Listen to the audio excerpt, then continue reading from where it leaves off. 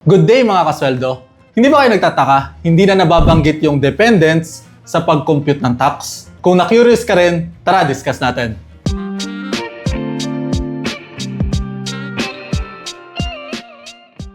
Before, very important ang civil status at number of dependents ni employee sa pag-compute ng tax. The more na maraming dependents si employee, mas maliit yung mako-compute na tax sa kanya. Pero effective lang to hanggang 2017. Dahil pagpatak ng 2018, na-implement na ang Tax Reform for Acceleration and Inclusion Law or TRAIN Law. Masyadong malaki ang sakop ng TRAIN Law, pero ang isa sa pinaka-important na part nito ay ang mapaliit ang personal income tax ng mga employees. So sa video na to, i-compare natin yung old and new tax computation and titingnan natin kung mapapaliit nga ba talaga ang tax ng mga employees. So tara, discuss natin. So may hinanda akong Excel file para ma-simulate natin yung comparison ng old and new withholding tax computation.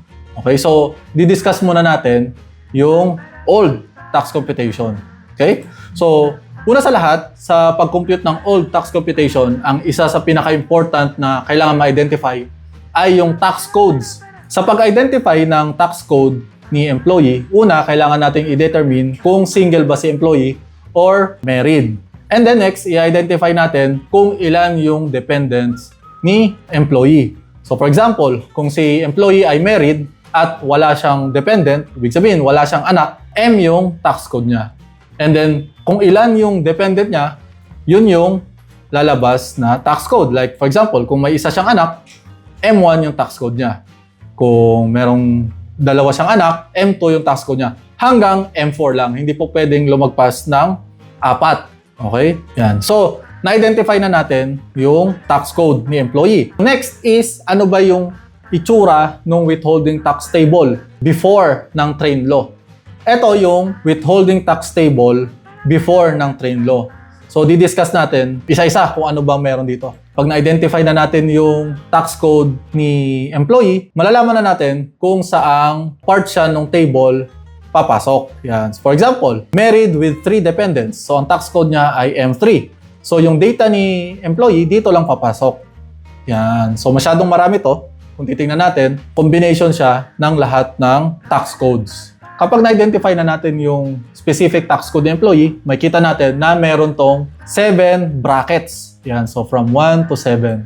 So ang next natin na i-identify ay yung payroll cycle ni employee. Pag sinabi nating payroll cycle, ito yung kung ilang beses siya tumatanggap ng sweldo. Okay, meron tayong tinatawag na arawan, meron namang tinatawag na weekly or lingguhan, meron ding tinatawag na semi-monthly.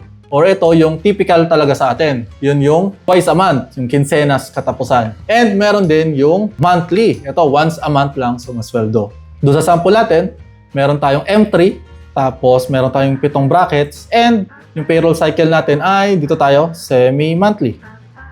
Yan. Next, meron tayong minimum and maximum amount. Ang purpose na itong minimum and maximum amount ay para ma-identify natin kung saang bracket mapupunta si employee. Okay? So, kailangan yung taxable amount ng employee ay papasok between minimum and maximum amount. For example, si employee, ang taxable amount niya for that payroll ay 7,000. So, dito siya papasok sa bracket number 3. Dahil ang minimum and maximum amount ay 6,458 and 8,124.99. So, yung 7,000 pasok sa gitna nito. Ngayon, try natin i-analyze kung ano yung problema, in my opinion, dito sa lumang withholding tax table. Okay? So, kung titingnan natin, masyadong maliit yung difference ng minimum and maximum. Yan. Ang ibig sabihin nito, mabilis na aakyat yung bracket mo. Malaki yung tax na ide-deduct sa'yo. So, yun yung nakikita kong issue or problem dito sa old withholding tax table. Yung maliit na distance na yon ng minimum and maximum amount ay hanggang bracket number 6 lang, from 1 to 6. Tapos, kung titingnan natin tong last bracket, sobrang layo ng agwat from 26,042 pesos hanggang sa maximum. Ibig sabihin, kapag naka-receive ka ng 26,042, bracket number 7 ka agad. And ang tax rate mo ay 32%. Tapos may fixed tax ka na, 5,208.33. So, ibig sabihin, ito na agad yung minimum na tax na ide-deduct sa'yo. Yun yung nakikita kong issue dito sa lumang withholding tax table. Punta naman tayo sa bagong withholding tax table. This is during train law and as of 2025. Discuss natin yung laman ng table. Unang-una sa lahat, wala na yung tax code. Yan. So, ibig sabihin, kapag compute ng withholding tax ngayong train law, hindi na kailangan yung tax code. So, hindi na natin kailangan i-identify kung single ba or married si employee or ilan yung dependents ni employee. Hindi na magmamatter yun sa pag-compute ng tax. Okay? So, ibig sabihin, konti na lang yung withholding tax table natin. Unlike dun sa luma, kung titingnan natin, masyadong maraming tables. Ngayon, kung titingnan natin yung bracket, nabawasan din. From 7 brackets, naging 6 na lang. Pero pagdating sa payroll cycle, same pa din. Daily, weekly, semi-monthly, and monthly. Now, tingnan natin yung minimum and maximum amount. Kung titingnan natin dito, medyo lumawak na yung agwat ng minimum and maximum per bracket. Yan. So, ibig sabihin, hindi na basta-basta aakyat yung bracket ni employee. Isa kasi sa disadvantage nung lumang withholding tax table ay mag-overtime ka lang, tatalo na agad yung bracket mo. Kaya malaki yung makukompute na tax pag nag-overtime ka. Okay? So, dito, na-lessen yung pag-akyat ng bracket. So, sa fixed tax, kung makita natin yung first 2 brackets, 0 tax. Tapos, pagdating sa bracket number 3, dun pa lang magkakaroon ng fixed tax. Tapos, masyado nang malaki pagdating sa bracket number 6. So, next is yung rate. Yan. So, kung makikita natin, nag-start siya sa 0, then ang next tax rate ay 15 agad, 15%. Tapos, increment by 5 na lang. Tapos, yung maximum ay 35% from 32%. So, kung titingnan natin, tumaas yung fixed tax and tumaas din yung maximum tax rate. So, talaga bang mapapababa nito yung tax? Yun yung iti-test natin ngayon. Dito naman sa next presentation, isa-simulate natin yung pag-compute ng tax before train and during train law. Explain ko muna kung anong meron dito sa simulation natin. So, una, monthly rate, civil status, and number of dependents. Gumawa rin ako ng sample payroll. Basic lang. Tapos may non-taxable. Tapos sa deduction, auto-compute na tong SSS PhilHealth and Pag-ibig. For the purpose of simplicity, yung formula natin ng SSS PhilHealth and Pag-ibig ay binase ko na sa 2025. So kung paano tayo mag-compute ng SSS PhilHealth and Pag-ibig ngayong 2025, so di ko na sinama kung paano ba nagko-compute ng SSS PhilHealth and Pag-ibig noong 2017. So alisin na natin yon para hindi makagulo. So una natin kailangan ay alamin natin yung gross. Yan. So sa gross, ang kailangan lang natin doon ay isum natin lahat ng earnings. Yan. Next is identify natin kung sino-sino or magkano yung non-taxable. So dito sa sample natin, dahil simple lang, si meal allowance lang yun. Okay? Next is yung contributions. Yan. So sum lang natin si SSS, PhilHealth, and Pag-ibig. Yan. So, nakuha na natin yung gross ng taxable and contribution. So, ma-identify na natin yung taxable amount ni employee. Gagawin lang natin ay gross minus ng taxable minus contributions. Yan. So, yan yung taxable sa sahod ni employee. Ang next natin identify ay yung tax code. Tax code. Yan. So sa tax code, again, ang una natin kailangan malaman ay yung civil status ng employee, which is married. And ilan yung dependents niya? 2. So, ang tax code niya ay M2. Yan.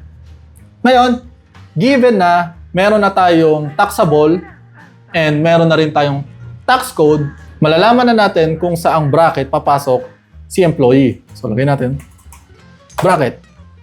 Ngayon, so, to identify yung bracket, again, pupunta tayo sa lumang withholding tax table. So, yung taxable natin ay 13,675.